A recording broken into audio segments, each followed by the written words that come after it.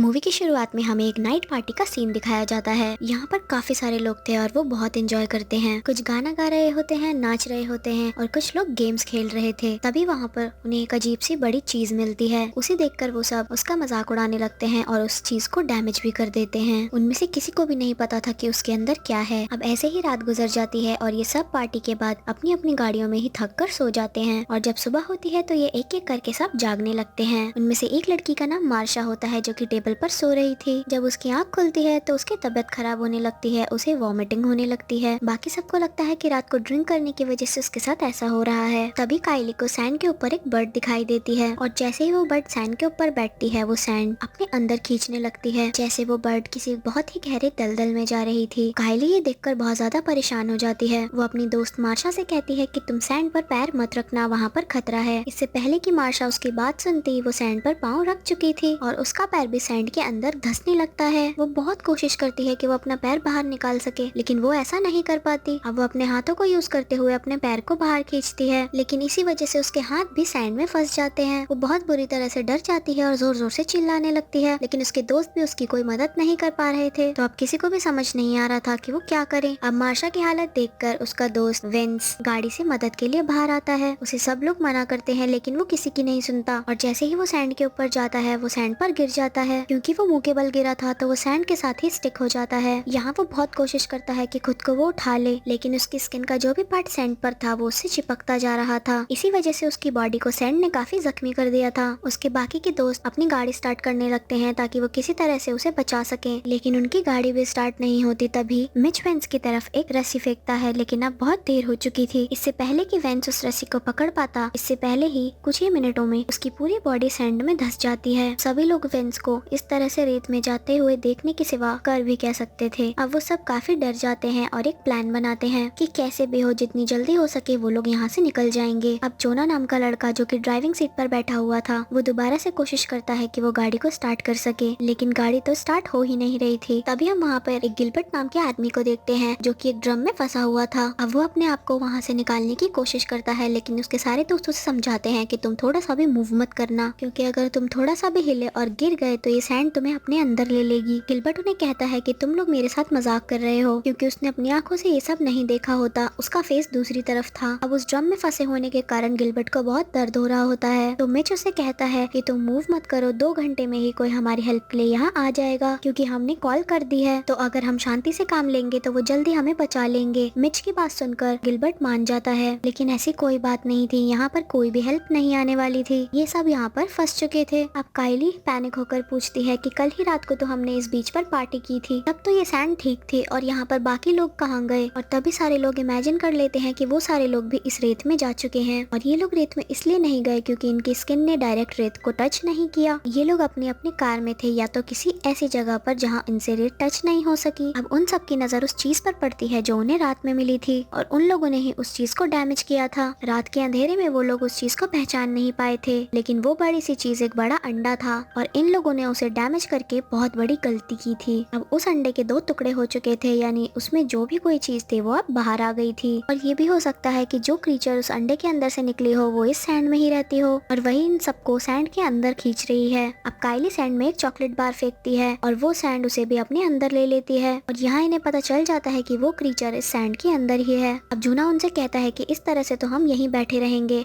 हमें आगे खुद ही बढ़ना होगा। और वो एक स्केटबोर्ड उठाता है और उसे गाड़ी के पास से रखकर उस पर से जाने की कोशिश करता है और वो सक्सेसफुली उस पर चलने लगता है। और जैसे ही वो टेबल के पास पहुंचता है उसका एक पैर स्लिप हो जाता है और वो स्लिप होकर सैंड के बहुत करीब आ जाता है। अब उसकी बॉडी की हीट की वजह से सैंड में से कुछ चीज बाहर आती है और उसके पेट के साथ टच होने लगती है। जोना यहाँ पर बिल्कुल भी नर्वस नहीं होता और वो तुरंत से टेबल पर चढ़ जाता है जहाँ पर बैग रखा था और उसमें खाने का कुछ सामान था। अब वो उस बैग में से निकाल कर एक केला खाने लगता है, लेकिन तभी उसे भी वॉमिटिंग होने लगती है और जब उसकी नजर अपने पेट पर पड़ती है तो वहाँ उसे बहुत सारे जख्म मिलते हैं जो कि उसी चीज ने किए थे जो कि सैंड में से निकली थी। उसके बाकी दोस्त ये सब देखकर घबरा जाते हैं, लेकिन जोना उनसे कहता है कि मैं ठीक हूँ और वो सब अपनी सेफ्टी के बारे में सोचें। और साथ ही वो उनकी तरफ खाने पीने की चीजें फेंकने लगता है, लेकिन साथ ही जोना को अपने पेट में दर्द भी होने लगता है और इसके जख्म से बहुत ज्यादा खून बहने लगता है और जोना वहीं पर लेट जाता है। अब अचानक रॉनी को याद आता है कि उन सबके सेल फोन्स तो गाड़ी की डिग्गी के अंदर हैं और हमें कुछ भी करके उन तक पहुंचना होगा ताकि हम फोन करके किसी से मदद मंगवा मंगवा सके, लेकिन कोई भी ये रिस्क नहीं लेना चाहता था क्योंकि यहाँ पर बैठे बैठे गाड़ी की डिग्गी तो खुल नहीं सकती थी। लेकिन रोनी कहती है कि ये काम मैं करूंगी और वो जाकर गाड़ी की डिग्गी खोलने की कोशिश करती है, लेकिन वो नहीं खुल पाती। अभी वो दूसरी तरफ जाती है। अब चैंडा उसे एक टॉवल पकड़ाती है ताकि रोनी सैंड में न गिर जाए, लेकिन अभी भी रोनी गाड़ी की डिग्गी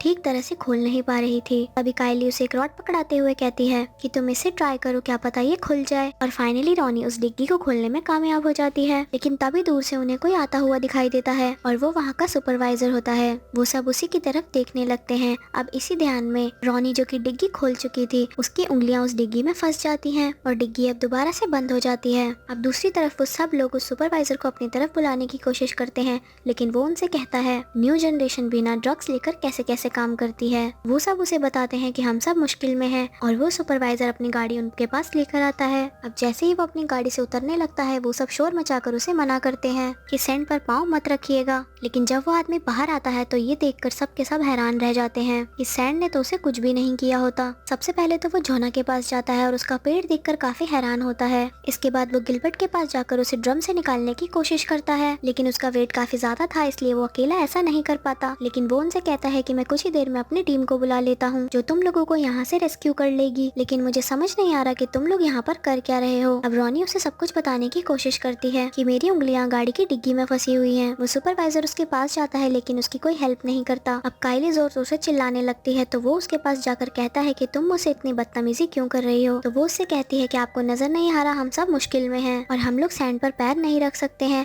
और पहले ही हमारे 2 दोस्तों को इस सैंड ने निगल लिया है। वो सुपरवाइजर उनसे कहता है कि मुझसे ऐसे मजाक मत करो, अगर ऐसी ही बात है तो मैं कैसे सैंड पर खड़ा हूँ। और वो उन लोगों को नीचे बुलाने लगता है, लेकिन वो दोनों नीचे नहीं आते क्योंकि वो जानते थे कि नीचे आने से उनकी जान जा सकती है। अब सुपरवाइजर अपनी गन निकाल लेता है, तभी उसकी कीज सैंड पर गिर जाती हैं। सभी उसे मना करने लगते हैं कि अपना हाथ सैंड पर मत रखिएगा, लेकिन वो किसी की नहीं सुनता और जब उसका हाथ की उठाने के लिए सैंड पर टच होता है तो सैंड उसके हाथ को भी अपने साथ स्टिक कर लेती है। उस सुपरवाइजर के पास पेपर स्प्रे होता है, वो सैंड पर स्प्रे करने लगता है, लेकिन अब कोई फायदा नहीं होता। वो क्रीचर अपने साथ उसका आधा हाथ ले जा चुका होता है, जिससे बहुत खून आता है और वो चिल्लाने लगता है। तब काइली थोड़ी हिम्मत करके दूर से ही वो पेपर स्प्रे उठा लेती है कि शायद उस क्रीचर को हराने के लिए ये पेपर स्प्रे हमारी कुछ मदद कर सके। अब दूसरी तरफ सुपरवाइजर रेत में पूरी तरह से गिर जाता है और देखते ही देखते रेत उसे अपने अंदर ले लेती है। अब थोड़ी देर बाद उन लोगों को समझ आ जाता है कि सुपरवाइजर को इसलिए कुछ नहीं हुआ क्योंकि उसके जूते मजबूत थे, यानी वो फाइबर्स के थे। अब मिच उन्हें बताता है कि उसकी तरफ टॉवल फेंको ताकि वो सभी लोग अपने पैरों पर टॉवल बांधकर वहाँ से निकल सके। जिसके बाद मिच टॉवल को कैच करने के चक्कर में नीचे गिर जाता है। नीचे गिरते ही सैंड में से बहुत सारी रूट्स जैसी चीजें बाहर आने लगती हैं, जो कि वाकई में उस क्रीचर के टेंटिकल्स थे और वो उसकी पूरी बॉडी के साथ चिपक जाते हैं और वो उसका खून पीने लगते हैं। और देखते ही देखते उसके साथ भी वैसा ही होता है जैसे बाकी दोस्तों के साथ हुआ था और कुछ ही देर में वो सैंड के अंदर पूरी तरह से गुम हो जाता है। अब ये इंसिडेंट उन लोगों के लिए बहुत बुरा गुजरता है। अब जोना की दोस्त थोड़ी हिम्मत करती है